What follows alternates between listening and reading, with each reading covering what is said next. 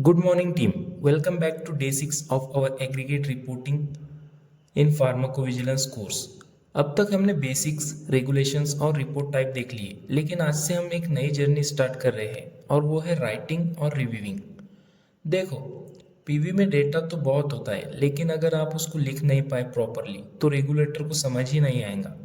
मतलब आपके पास एक दमदार स्टोरी है, लेकिन आपने उसको व्हाट्सएप पे ओनली के लिख कर भेज दिया है, तो सामने वाला क्या समझेगा।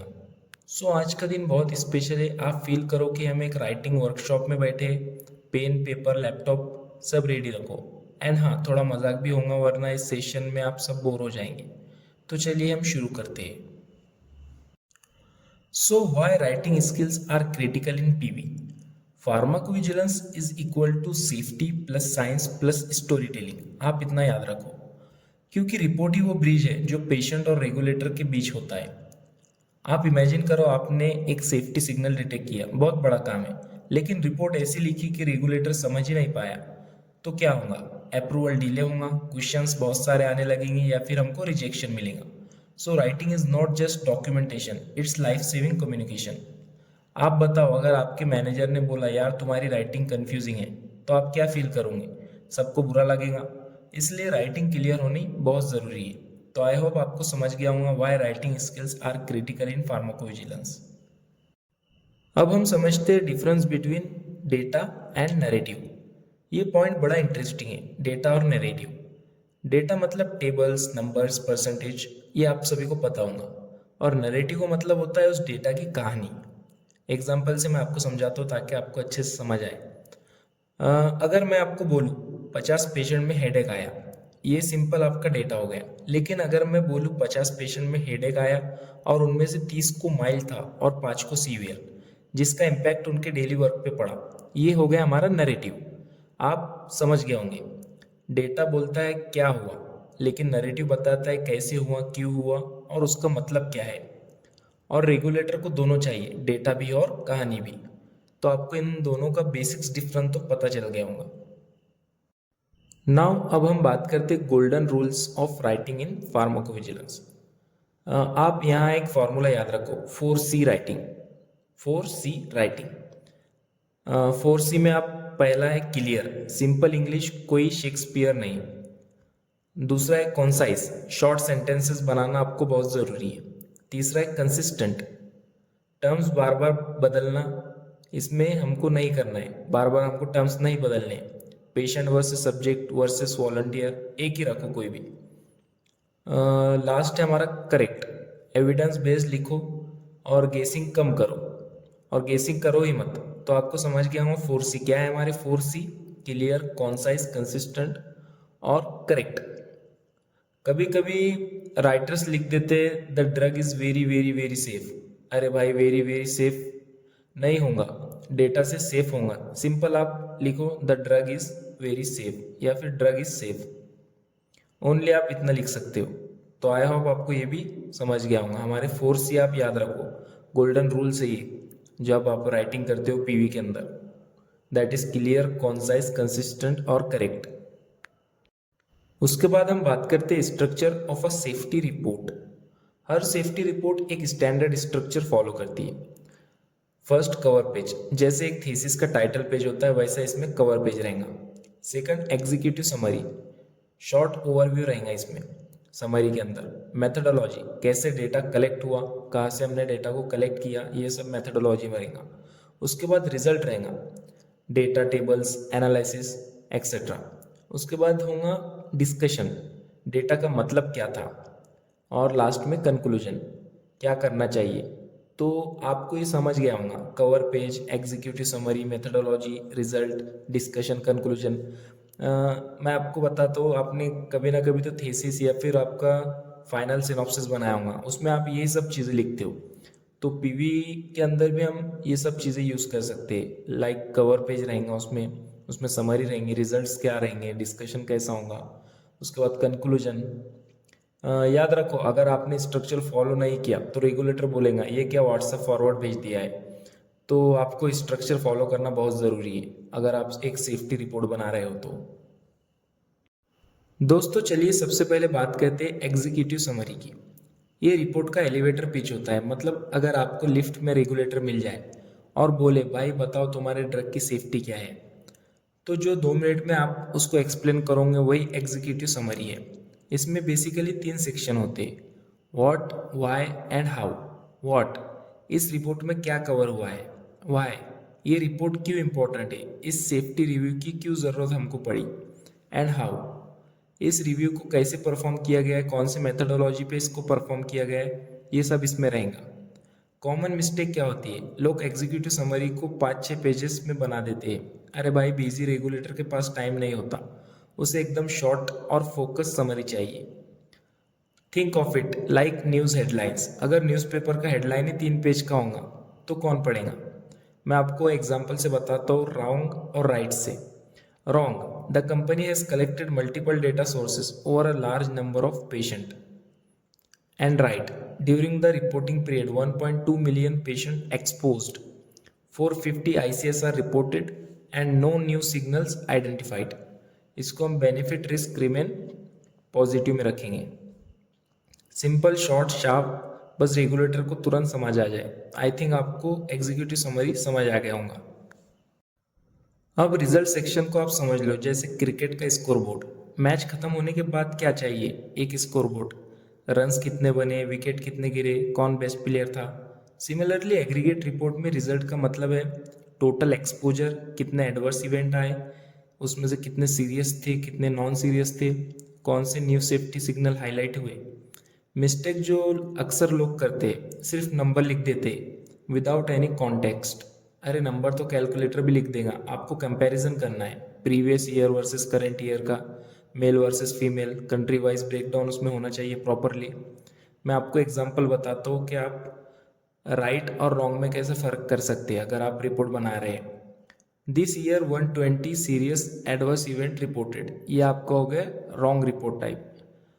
अगर आपको इसको लिखना है तो आप ऐसे लिखोगे, this year 120 serious adverse event reported versus 18 previous year, 50% increment हुआ इसमें, मतलब 50% इंक्रीज केस हुए। Most cases from Asia region link to long term exposure, ये हो गया आपका राइट सेंटेंस अगर आपको रिपोर्ट बनाना है तो। और हाँ, ग्राफ और चार्ट का यूज़ करो, रेगुलेटर भी इंसान है, उसे बोरिंग पैराग्राफ के बजाय एक पाई चार्ट ज़्यादा पसंद आता है। मतलब टेक्स्ट इज इक्वल टू दाल और चार्ट इज इक्वल टू तड़का।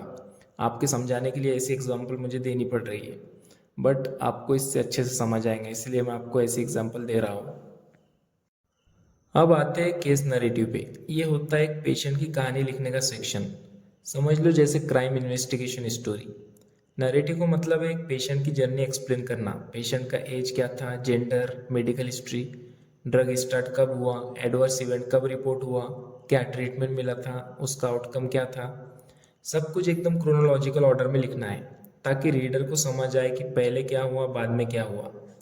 गलती जो लोग करते हैं, बायस ऐड करना, पेशेंट ने गलत तरीके से ड्रग लिया होगा, या फिर जजमेंटल लैंग्वेज यूज़ करना, प्रोबेबली पेशेंट वाज केयरलेस, ये हो गए जजमेंटल लैंग्वेज। अरे भाई आप डॉक्टर या डिटेक्टिव हो सकते हो, लेकिन नैरेटिव में आपको न्यूट्रल स्क्राइब बनना है। एग्जाम्पल जैसा कि मैं आपको प्रीवियसली दे रहा हूँ राइट और रॉन्ग की। Wrong, patient irresponsibly stopped the medication and hence got hospitalized. Right, patient discontinued drug after 2 weeks. 3 days later developed chest pain, hospitalized and recovered after 5 days. ऐसा आपको लिखना है, बस फैक्ट्स देना है, ना एक्स्ट्रा मसाला ना ब्लेम गेम। ये नेटफ्लिक्स सीरीज नहीं है, ये रेगुलेटर के लिए डॉक्यूमेंट है। अब बात करते हैं मिस्टेक्स की जो हर रिपोर्ट में पकड़ी जाती है। फर्स्ट, कॉपी पेस्ट का भूत। पिछले साल का रिपोर्ट उठाकर करंट में चिपका देना। प्रॉब्लम यह है कि एक्सपोजर नंबर और सेफ्टी डेटा हर साल चेंज होते हैं। रेगुलेटर को पता चल गया तो समझ लो back to school, punishment ready है। Second, too much jargon. एक पैराग्राफ में 10 शॉर्ट फॉर्म्स लिख देना, like SAE, SUSAR, LLT, PT, SOC। Regulator के दिमाग का रैम क्रैश हो जाएगा। ऑलवेज इंट्रोड्यूस एब्रीवेशन फर्स्ट, फिर कंसिस्टेंट आप रह सकते हो। थर्ड है मिसिंग कॉन्टेक्स्ट, सिर्फ डेटा देना और एक्सप्लेनेशन ना देना। Example, 200 serious adverse event reported, okay, but किस इंडिकेशन में हुए, किस एज ग्रुप में, क्या ट्रेंड था। विदाउट कॉन्टेक्स्ट नंबर का कोई मतलब नहीं होता। इसलिए ऑलवेज चेक कि आपकी रिपोर्ट इंसान पढ़े तो उसे समझ आए, सिर्फ डेटा डम ना लगे। अब एक राइटर का सबसे इंपॉर्टेंट स्किल, अपना खुद का रिपोर्ट रिव्यू करना। First, spell check. छोटी स्पेलिंग मिस्टेक भी क्रेडिबिलिटी खराब कर देती है। इमेजिन आप लिख देते हो patient died due to a minor doze error, DOZE error instead of DOSE dose. Dose का मतलब है नींद। रेगुलेटर कंफ्यूज हो गया है कि पेशेंट की ज्यादा सोकर डेथ हो गई है। Cross check tables versus text. अगर टेबल में लिखा है 120 सीरियस एडवर्स इवेंट और टेक्स्ट में लिखा है 112, तो रेगुलेटर तुरंत बोलेगा आपकी कैलकुलेटर खराब है या आपका honesty level. Third, consistency in terminology. अगर आप एक जगह लिख रहे हो सब्जेक्ट्स, दूसरी जगह पेशेंट्स और तीसरी जगह पार्टिसिपेंट, तो रेगुलेटर बोलेगा ये रिपोर्ट खुद कंफ्यूज्ड है, एक टर्म सिलेक्ट करो और वही थ्रू आउट यूज करो। मैं आपको एक सीक्रेट टिप देता हूँ, रिपोर्ट लिखने के बाद एक दिन का गैप लेके फिर पढ़ोगे तो गलतियां और इजीली दिखेंगी। Fresh eyes always catch errors. अब हम बात करते हैं पीर रिव्यू की। एक सीक्रेट बताओ, सबसे स्मार्ट राइटर भी अपने काम में गलती करता है, इसलिए रिव्यू प्रोसेस होता है। पीर रिव्यूअर एक तरह का प्रूफ रीडर प्लस डिटेक्टिव होता है। उनका काम है एरर्स पकड़ना, जैसे कॉन्ट्राडिक्टरी नंबर्स, स्पेलिंग्स, ग्रामर या कॉन्टेक्स्ट मिसमैच। और यहाँ एक कॉमिक ट्रूथ, क्यूसी रिव्यूअर वो दोस्त होता है जो आपके फेसबुक पोस्ट में भी स्पेलिंग करेक्ट कर देता है। अब आपको थोड़ा एंगल शिफ्ट करके सोचना होगा, रेगुलेटर क्या चाहता है। उनके लिए आपका रिपोर्ट एक ही काम करता है, risk versus benefit balance clear दिखाना। रेड फ्लैग्स क्या होते हैं? Missing explanation, contradictory data and wrong sentences. सोचो अगर लिखा है the drug is generally safe but sometime causes death, अरे भाई ये समटाइम्स कितना और कब? रेगुलेटर को क्लैरिटी चाहिए, सस्पेंस नहीं। अब मैं आपको कुछ टिप्स देता हूँ for engaging writing. Safety reports boring नहीं होनी चाहिए। Use short sentences, transition like however, in contrast और फर्दर मोर। और एक secret sauce, tell the story of the data. मैं आपको एक एग्जांपल देता हूँ। The incidence increased from 2% to 5%, which में indicate a trend worth further monitoring. देखा आपने, एक छोटी कहानी बन गई। चलिए अब एक मिनी प्रैक्टिस करते हैं, ये बहुत इंपॉर्टेंट होने वाला है आपके लिए। एक केस लेते हैं, 45 years old mail started drug x. आप एक एक्स कंसिडर करो for hypertension. After 10 days developed dizziness, stop medication, recovered in 2 days। अब आप इस पर नरेटिव कैसे लिखोगे? पेशेंट की डिटेल आप सबसे पहले कलेक्ट करोगे, ड्रग एक्सपोजर क्या था, इवेंट एंड देन आउटकम, और सब कुछ क्रोनोलॉजिकल ऑर्डर में होना चाहिए। मिस्टेक मत करना, patient was fine after 10 days, before that he had dizziness. अरे टाइमलाइन उल्टा पुल्टा मत करो, जैसा मैंने आपको बताया वैसा ही आपको लिखना चाहिए नरेटिव। चलिए आज के डे 6 का एक रैप अप करते हैं। आपने आज क्या क्या सीखा? डेटा और नरेटिव में डिफरेंस मैंने आपको बताया, 4 गोल्डन रूल्स बताए, 4C, clear, concise, consistent and correct. Report का स्ट्रक्चर हमने देखा। उसके बाद एग्जीक्यूटिव समरी, रिजल्ट्स, नैरेटिव कैसे लिखते हैं वो हमने देखा, क्यूसी और रेगुलेटर पॉइंट ऑफ व्यू। और सबसे इंपॉर्टेंट, राइटिंग बोरिंग नहीं होनी चाहिए, उसमें एक कहानी होनी चाहिए जो रेगुलेटर को कन्विंस करे कि पेशेंट सेफ्टी मेंटेन हो रही है। तो अगली बार जब आपको रिपोर्ट लिखनी हो, याद रखो आप बस राइटर नहीं हो, आप एक सेफ्टी स्टोरी टेलर हो। तो ये था हमारा मॉड्यूल 6। कल हम मॉड्यूल 7 को कवर करेंगे। अगर आपने अभी तक चैनल को सब्सक्राइब नहीं किया तो जल्द से जल्द चैनल को सब्सक्राइब कर लो और अपने दोस्तों के साथ ये वीडियो को ज़्यादा से ज़्यादा शेयर करो।